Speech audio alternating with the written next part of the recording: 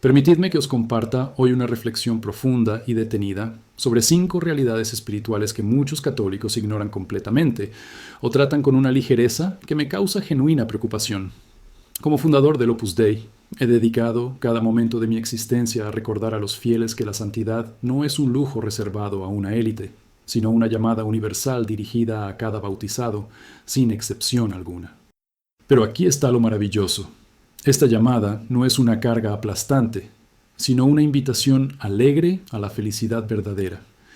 Y es precisamente en estos 5 aspectos fundamentales donde veo con mayor claridad cuán urgente y necesaria es esta enseñanza gozosa en nuestros tiempos.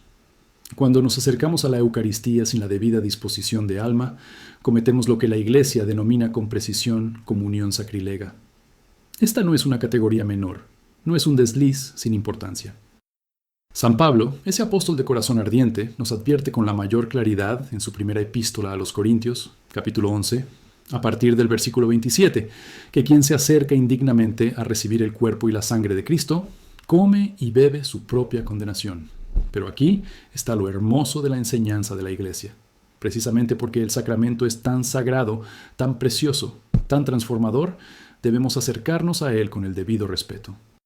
Es una verdad teológica de suma gravedad que toca el núcleo mismo de nuestra relación con lo sagrado, pero también una muestra del amor de Dios que nos protege de nosotros mismos. Es una realidad que demanda nuestra reflexión más seria y nuestro arrepentimiento más sincero, pero que abre después las puertas a una alegría indescriptible. Deseo que comprendáis con profundidad la importancia vital de estas 5 realidades que voy a exponeros. Muchos las desconocen por falta de catequesis adecuada en nuestras parroquias. Otros las conocen pero deliberadamente las ignoran.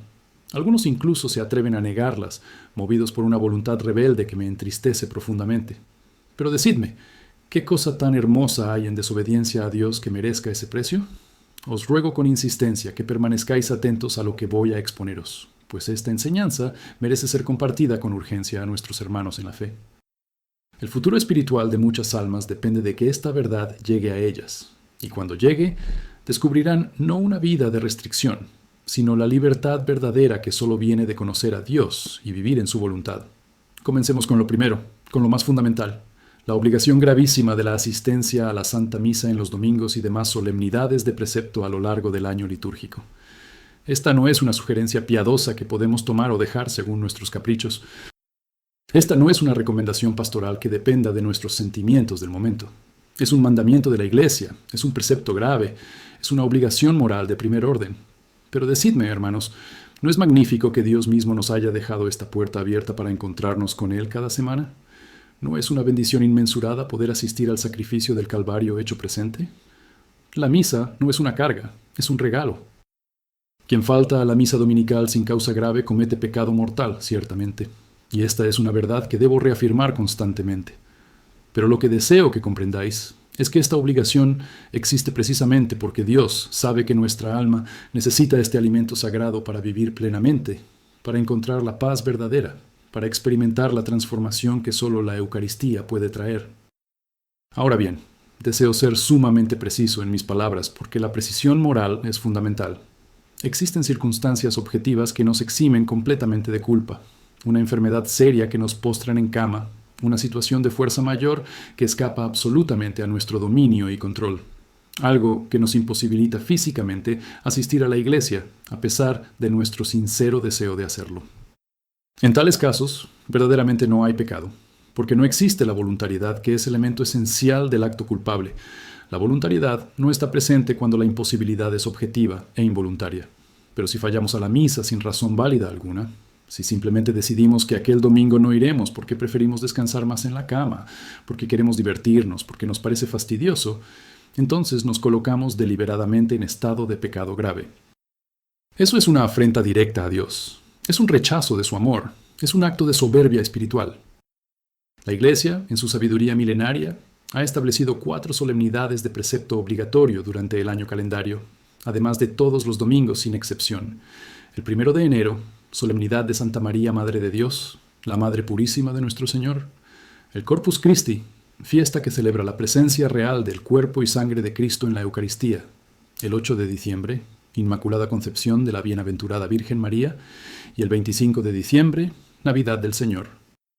El día en que el Verbo Eterno se hizo carne.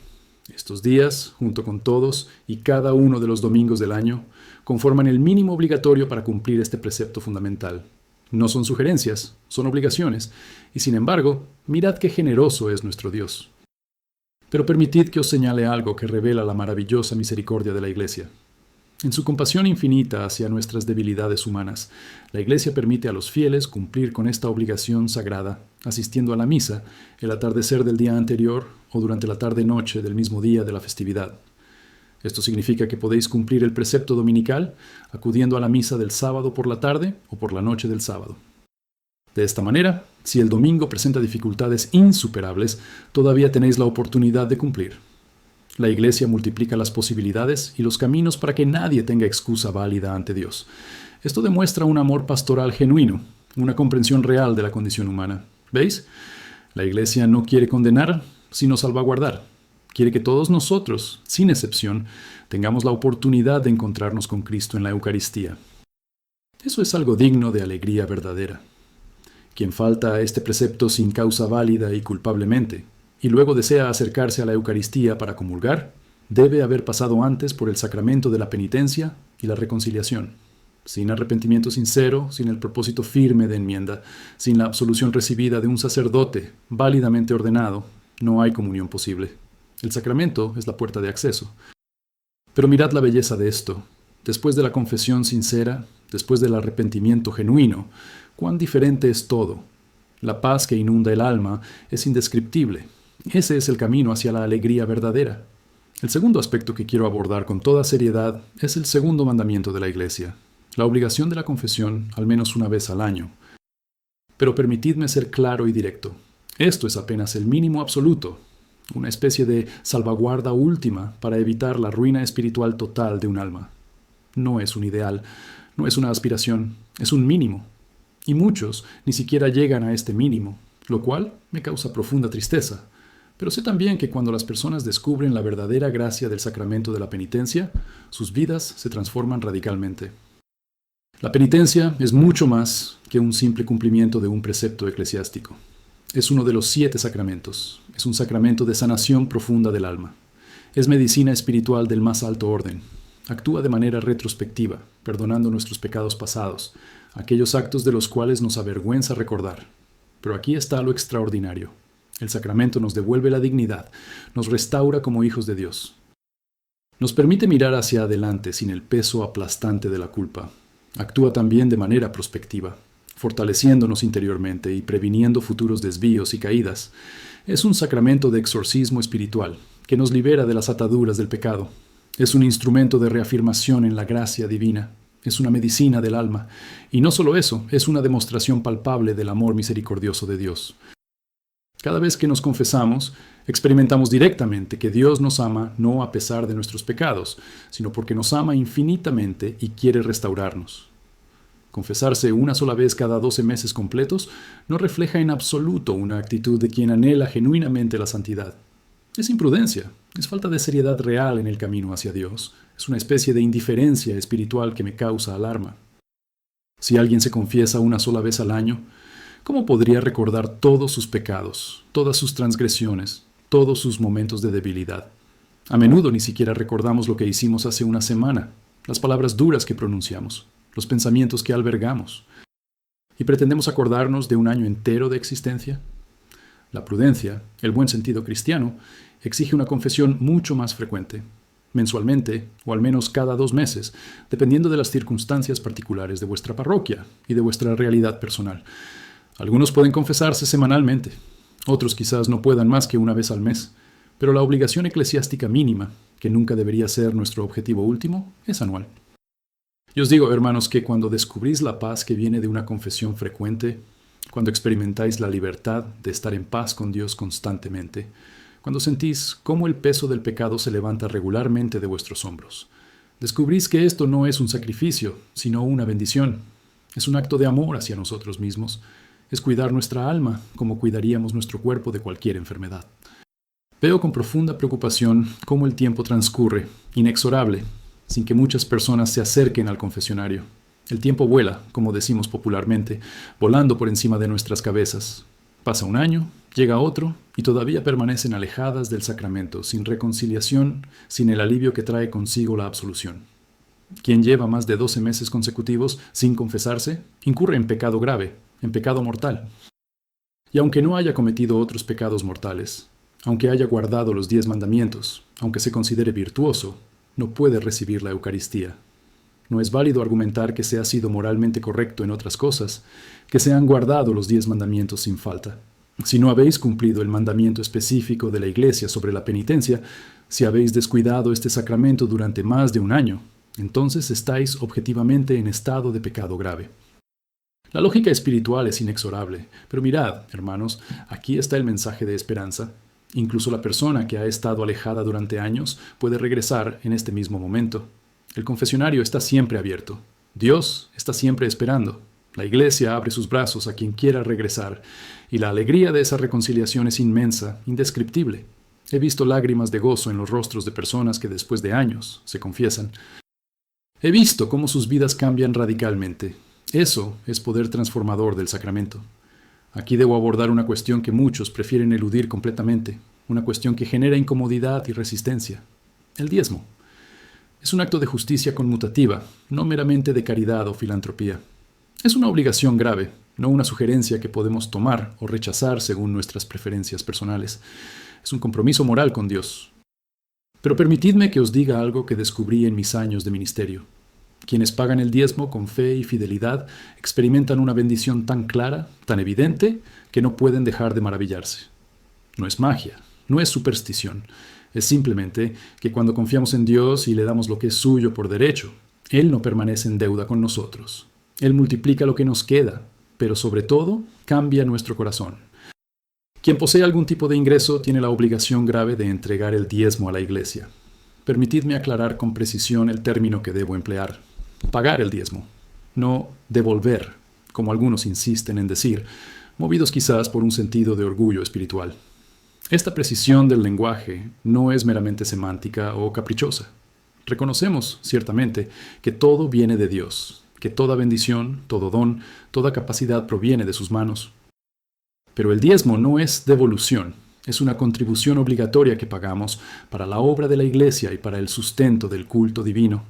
Y cuando lo hacemos, participamos en la obra de Dios en el mundo. Eso es algo extraordinariamente hermoso. Naturalmente, quien carece completamente de ingresos monetarios no incurre en pecado por no poder cumplir lo que es materialmente imposible. La culpa presupone necesariamente la capacidad. Un niño que no tiene dinero no puede pecar por no pagar el diezmo. Pero quien recibe cualquier forma de ingreso, ya sea regular y constante o esporádica y puntual, tiene la responsabilidad grave de consagrar una parte significativa al Señor a través de su Iglesia. Consideremos el ejemplo de mi propio hogar, que conozco íntimamente. Mi esposa no trabaja fuera en un empleo formal, pero su labor cotidiana en el cuidado de nuestros hijos y en la administración del hogar tiene un valor incalculable, quizás mayor que muchas labores remuneradas. De lo que yo recibo de mis ingresos, de las donaciones que recibo por mi labor pastoral, ella obtiene una cantidad mensual para cubrir sus necesidades personales, sus pequeños gastos, sus requerimientos. Y aún de esa cantidad que le doy, ella debe pagar el diezmo. Así es como funciona la justicia moral en una familia cristiana. Y lo maravilloso es que cuando ambos actuamos con esta fidelidad, constatamos constantemente cómo Dios provee, cómo nunca nos falta lo necesario, cómo de hecho nos sobra para dar más. Eso es la providencia divina actuando en nuestras vidas. Lo mismo aplica exactamente a todo tipo de trabajador, quienes laboran en comercios, en fábricas, empleados con contrato formal, empresarios que viven de su producción y venta, profesionales de todas las disciplinas. Todos tienen la obligación grave e ineludible. Y el término correcto es este: pagar el diezmo. No sugerir, no considerar, sino pagar. Y cuando lo hacéis, descubrís que no empobrece vuestra vida, sino que la enriquece, porque aprendéis a depender de Dios. Aprendéis que el dinero no es un ídolo, sino un instrumento. Aprendéis que la generosidad retorna abundancia. La Sagrada Escritura lo confirma con una claridad meridiana que no deja lugar a dudas. En el libro del profeta Malaquías, capítulo 3, a partir del versículo 10, encontramos estas palabras que el Señor mismo pronuncia, palabras que debería grabar cada católico en su corazón. Pagad el diezmo, dice el Señor, y veré si no abro para vosotros las compuertas del cielo y derramo sobre vosotros bendición en abundancia. Estas palabras vienen directamente del Omnipotente, del Creador de todas las cosas.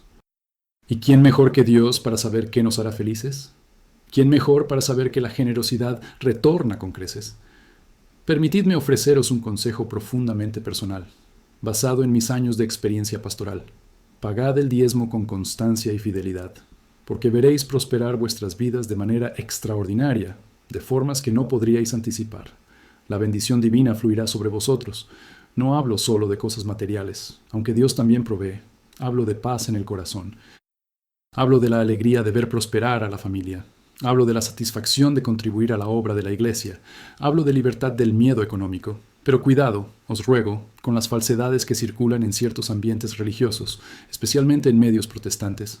Los errores teológicos hablan de pagar para que Dios nos ame, como si el amor infinito de Dios fuera una mercancía que se compra y vende en un mercado. Esto es blasfemia. He visto con mis propios ojos personas que actúan así, movidas por una teología completamente distorsionada, corrompida, que niega la gratuidad de la gracia divina. He presenciado en mis muchos años de ministerio pastoral hombres y mujeres confiados equivocadamente en que el pago del diezmo les traerá riquezas materiales inmediatas, un automóvil de lujo, una casa de ensueño, prosperidad económica milagrosa. Esto es falso, peligroso y escandaloso. Nuestro Señor Jesucristo nació en la más extrema pobreza, en un pesebre rodeado de animales. Vivió en la pobreza durante todos sus años terrestres, predicando a los pobres, viviendo como pobre. Murió en la cruz, desnudo, desposeído de todo. María Santísima, la Reina del Cielo, vivió en pobreza. San José, nuestro Padre, vivió en pobreza. El reino de Cristo no es de este mundo material, no es un reino de riquezas terrenales, sino del cielo eterno, del reino celestial donde Dios es todo en todos. El diezmo es acto de justicia y reconocimiento profundo. Es nuestra afirmación más solemne de que cuanto poseemos, cuanto somos, cuanto tenemos capacidad de hacer, procede enteramente de la divina providencia. Somos administradores, no propietarios absolutos. No es una sugerencia caprichosa emanada de los hombres de la Iglesia. Es obligación grave que proviene del mismo Dios. Y cuando lo entendemos así, cuando comprendemos que pagamos el diezmo no porque tengamos miedo, sino porque reconocemos a Dios como Señor de todo, entonces eso cambia todo. La actitud es completamente diferente. Ya no es carga, sino alabanza. Ya no es obligación, sino ofrenda de amor. La Iglesia no establece porcentaje alguno de manera uniforme. Será el 10% para todos. Será el 5%. La Iglesia no determina la cantidad exacta. Sois vosotros quienes fijáis la cantidad según vuestra situación económica particular y vuestra conciencia iluminada por la gracia. Podría ser el 10%, podría ser el 5%, podría ser una cantidad fija en dinero. Pero una vez establecido ese compromiso sagrado con Dios, debéis ser fieles a Él, incondicionalmente fieles. Y os prometo que descubriréis que Dios es infinitamente más generoso que nosotros, que sus manos nunca se cierran, que su provisión es constante. El diezmo no es meter la mano precipitadamente en el bolsillo durante la misa dominical y depositar cualquier cosa que encontréis, lo que os sobre de cambio, de monedas sueltas. Eso es limosna, es ofertorio, es caridad. El diezmo es completamente diferente. El diezmo es fidelidad verdadera, es constancia, es un pacto sagrado entre vosotros y Dios. Acordáis antes, en meditación, en oración con el Señor, de cuanto reciba mensualmente en mi trabajo, apartaré un porcentaje fijo o una cantidad determinada en dinero. Establecéis ese pacto. Luego, mes a mes, año a año, lo cumplís con puntualidad y con el corazón. Esta es la verdadera naturaleza del diezmo. No pagar el diezmo, habiendo ingreso suficiente, es pecado grave. Un adolescente que solo estudia, que no recibe mesada de sus padres, que no posee ingresos de ninguna índole, naturalmente no comete pecado por no poder pagar lo que es imposible para él. La lógica moral es clara, pero quien dispone de cualquier clase de entrada económica está obligado moralmente. Si no lo hace, peca gravemente y no puede comulgar. Existe una norma que muy pocos conocen completamente y menos aún la practican con fidelidad. El canon número 1251 del Código de Derecho Canónico establece con claridad inequívoca que todas las viernes del año, sin excepción alguna, son días penitenciales. Todos ellos. Cada viernes es día de penitencia obligatoria. Pero esto, hermanos, no es una carga, sino una oportunidad gloriosa. Es una invitación a participar en los misterios de Cristo. Es una manera de configurar nuestras vidas con la pasión del Señor. No solo la Viernes Santo, ese día glorioso de la pasión del Señor donde Cristo derramó su sangre por nuestros pecados, merece nuestro especial sacrificio y mortificación. Todas las viernes del año requieren un acto penitencial real, no meramente nominal o simbólico. En el Viernes Santo, la exigencia es más rigurosa y completa. Se exige tanto abstinencia de carne como ayuno riguroso. En las demás viernes del año, la obligación mínima que la Iglesia establece es la abstinencia de carne. Pero permitid que os diga lo hermoso de esto. Cada viernes, cuando hacéis este pequeño sacrificio, cuando os priváis de algo que os agrada, estáis diciendo a Cristo: yo recuerdo lo que sufriste, yo participo contigo, yo te amo. ¿Hay algo más hermoso que eso? ¿Hay algo que traiga más paz al corazón? Permitidme explicar con precisión absoluta la diferencia, porque muchos confunden estos términos. La abstinencia significa privarse completamente de carne animal, de carnes rojas, de pollo, de pescado, de cualquier carne. No significa ayuno, que es algo diferente. El ayuno es abstenerse de comida, es dejar de comer durante periodos determinados. La abstinencia es específicamente respecto a un alimento, la carne. Quien viola persistentemente esta norma de abstinencia, quien la incumple regularmente, comete pecado grave y no puede comulgar. Ahora bien, existe una excepción importante que debo explicar. Cuando una viernes coincide con una solemnidad eclesiástica mayor, la obligación de penitencia queda automáticamente suspendida. Por ejemplo, si la Inmaculada Concepción cae un viernes, si la solemnidad de Cristo Rey cae viernes, si el día de Santa María, Madre de Dios, cae viernes, entonces quedáis dispensados de la penitencia ese día particular. Pero estas excepciones son raras, no son frecuentes. Más allá de esas raras excepciones, la obligación moral permanece firme. Cada viernes, abstinencia de carne. Es una forma de participar en la pasión del Señor, de recordar lo que Cristo sufrió por nosotros, de hacer penitencia por nuestros pecados y por los pecados del mundo. Y cuando lo hacemos, cuando realmente lo vivimos, descubrimos algo extraordinario. Descubrimos que la mortificación no es tristeza, sino alegría. Descubrimos que el sacrificio libre es hermoso. Descubrimos que cuando elegimos privarnos de algo por amor a Dios, experimentamos una libertad que el mundo no puede dar. He escuchado a personas decir: yo no como carne todo el año, de todas formas. Sigo una dieta vegetariana por razones de salud. ¿Qué hago entonces el viernes? La respuesta es clara y lógica. Si no coméis carne nunca, entonces debéis privarse de otro alimento que os sea gratificante, que os dé placer. Quizás preferís un huevo, quizás el chocolate, quizás algún postre dulce. Ese viernes, prescindir de ello voluntariamente. O, si las circunstancias de la vida os requieren comer carne en alguna viernes específica, por ejemplo, en una celebración familiar importante, en una comida de negocios, en una situación donde rehuir sería crear conflicto, entonces podéis conmutar esa obligación por otra penitencia equivalente realizada el mismo día. ¿Qué significa conmutar en este contexto? Significa sustituir, reemplazar la abstinencia de carne por otro acto penitencial o por una obra de piedad o misericordia. Ejemplos concretos: ayunar completamente en ese día, hacer una adoración prolongada ante el Santísimo Sacramento, rezar el rosario completo, asistir a una misa adicional. O practicar misericordia verdadera, hacer donativos generosos a obras de caridad, visita a enfermos en sus casas, atención amorosa a ancianos solos, consuelo a prisioneros en las cárceles, visita a huérfanos. Y cuando hacéis esto, cuando elegís hacer una obra de misericordia en lugar de la abstinencia, estáis descubriendo algo maravilloso: que la penitencia no es solo privación, sino también acción. Que servir a otros es forma de honrar a Cristo. Que la mortificación abraza tanto el no hacer como el hacer. Es una visión completa y hermosa de lo que significa vivir en presencia de Dios, pero hay un límite importante e ineludible. La conmutación debe realizarse el mismo viernes. No podéis trasladar la penitencia al jueves anterior o al sábado siguiente. No podéis decir: haré la penitencia la próxima semana. No, debe ser ese mismo viernes. ¿Por qué esta insistencia? Porque el viernes es el día específicamente consagrado a la memoria de la pasión de Cristo. Nuestro Señor Jesucristo derramó su sangre santísima por nosotros un viernes, hace casi 2000 años. Fue crucificado un viernes. Por eso cada viernes es, de manera misteriosa y profunda, participación en ese misterio redentor. Es el motivo por el cual toda la semana tiene su referencia al viernes. Es como si cada semana nos ofreciera una pequeña oportunidad de revivir la pasión, de estar más cerca de Cristo, te experimenta su amor en forma tangible. El incumplimiento ocasional, aislado, cuando verdaderamente no hay posibilidad alguna de cumplir o conmutar, es pecado venial, pecado leve. Pero quien viola persistentemente esta norma, quien hace del incumplimiento un hábito, una costumbre, incurre en pecado mortal.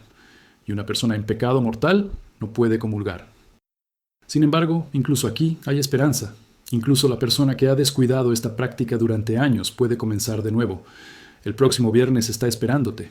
Las compuertas de la misericordia están siempre abiertas. Nunca es tarde para regresar, para comenzar de nuevo, para experimentar la alegría de vivir en fidelidad con Dios. Finalmente, debo abordar lo que acaso sea la cuestión más delicada, más dolorosa, y donde veo con mayor pesar la mayor resistencia de almas rebeldes, el asunto del uso de anticonceptivos. Es un tema que provoca reacciones viscerales. Es un tema que muchos rechazan instintivamente. Es un tema donde veo el corazón humano enfrentándose a Dios. Pero permitidme que primero os hable del contexto. La vida matrimonial es un don sagrado. Es lugar donde Dios mismo actúa. Es donde el amor humano se convierte en instrumento del amor divino. Comprender eso es la clave. Como pastor de almas, debo ser claro, aunque algunos rehuyan esta verdad incómoda, aunque muchos la cuestionen, aunque la modernidad la rechace. Quien utiliza cualquier método anticonceptivo se encuentra en pecado grave y no puede recibir la Eucaristía. No hay ambigüedad aquí, no hay zona gris, pero aquí está lo importante. No hablo solo de normas externas, hablo de la verdadera liberación. Porque la verdadera castidad matrimonial, cuando se vive con amor, cuando se vive confiando en Dios, trae una paz y un gozo que las parejas que comprenden esto nunca cambian por nada. Me refiero a todas las formas sin excepción. Píldoras anticonceptivas, preservativos de cualquier tipo, dispositivos intrauterinos, esterilización quirúrgica, ya sea en hombres o mujeres, coito interrumpido. Todo ello constituye una violación grave del sexto mandamiento, que prohíbe los actos contra la castidad marital, que protege la dignidad del acto matrimonial, porque ese acto, cuando se vive en su totalidad, en su verdad completa, es una expresión de amor que refleja el amor trinitario de Dios. Cuando lo mutilamos, lo fragmentamos, lo reducimos a mero placer, perdemos algo infinitamente precioso. He escuchado argumentaciones sofisticadas sobre el uso de anticonceptivos para tratar condiciones médicas como el síndrome de ovario poliquístico, desajustes hormonales, acné y otras condiciones. Debo ser honesto en mi análisis.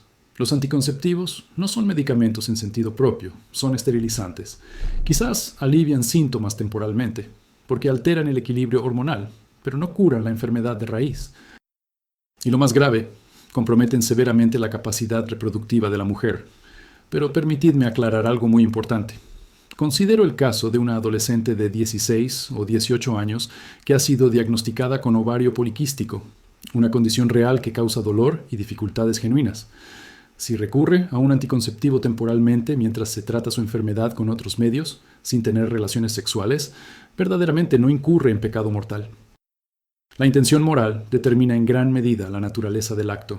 Si toma anticonceptivos porque tiene una enfermedad legítima que requiere tratamiento hormonal y no está practicando el acto marital, entonces no hay culpa grave, ni en solteras ni en mujeres casadas. Eso es precisamente lo que la enseñanza genuina de la Iglesia sostiene. Y es algo que trae paz a muchas conciencias.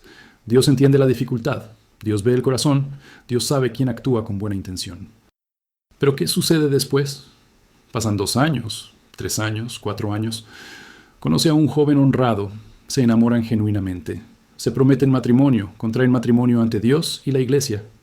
Ella, creyendo que ha sido sanada o pensando que su medicina anterior carece de importancia, cesa de tomar el anticonceptivo.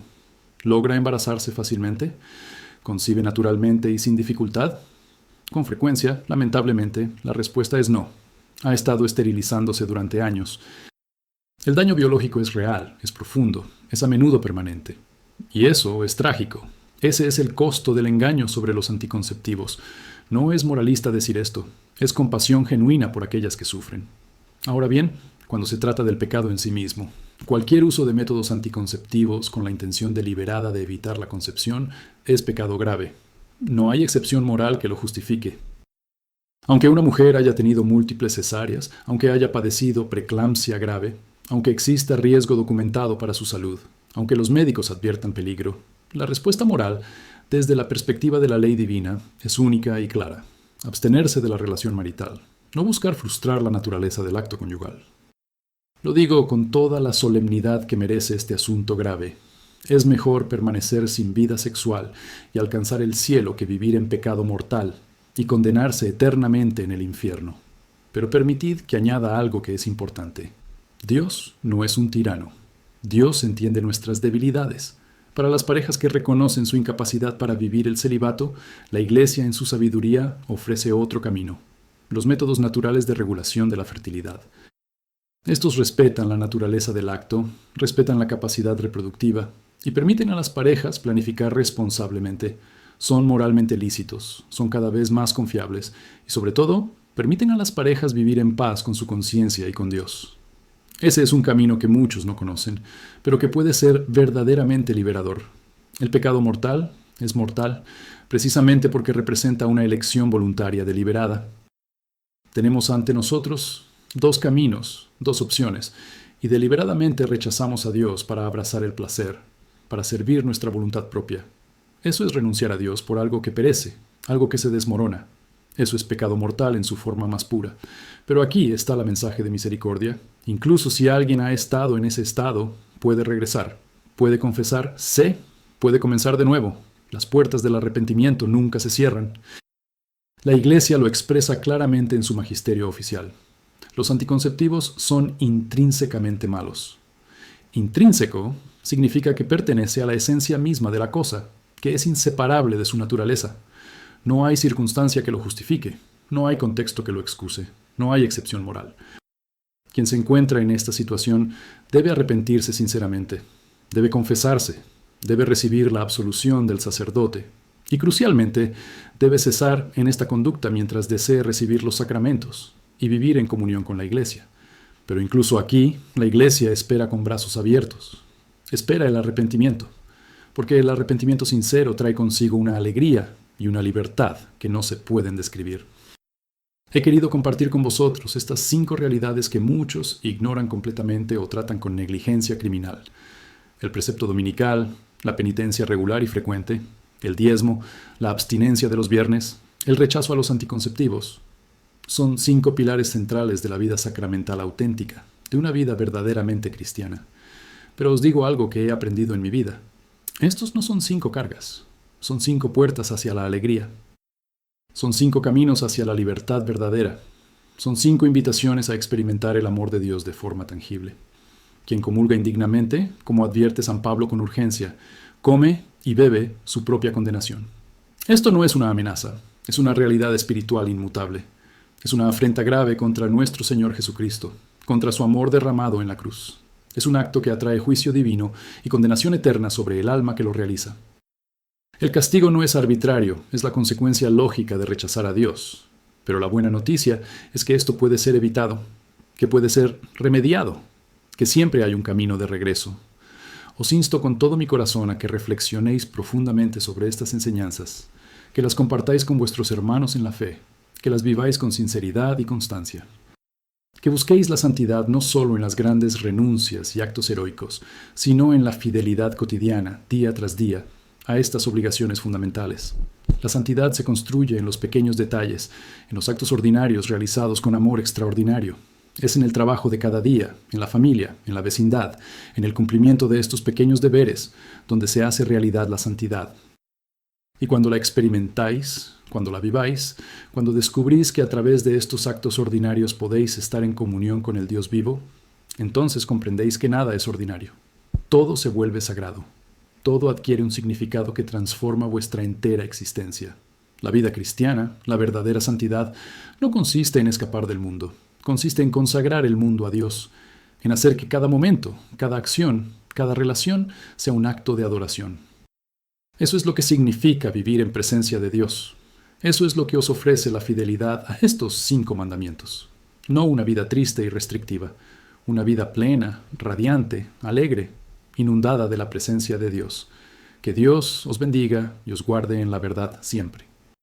Con el corazón lleno de amor por vosotros, continúo adelante en esta misión que el Señor me ha encomendado: recordar a todos que la santidad es posible, es obligatoria para cada cristiano, es hermosa, es liberadora, es el camino verdadero a la felicidad eterna. La santidad no es para los perfectos, es para los que se atreven a intentarlo. Es para los que confían en Dios. Es para los que dicen sí a la invitación de Dios, aunque sea con miedo y vacilación. Porque Dios entiende, Dios espera. Dios ayuda, que así sea.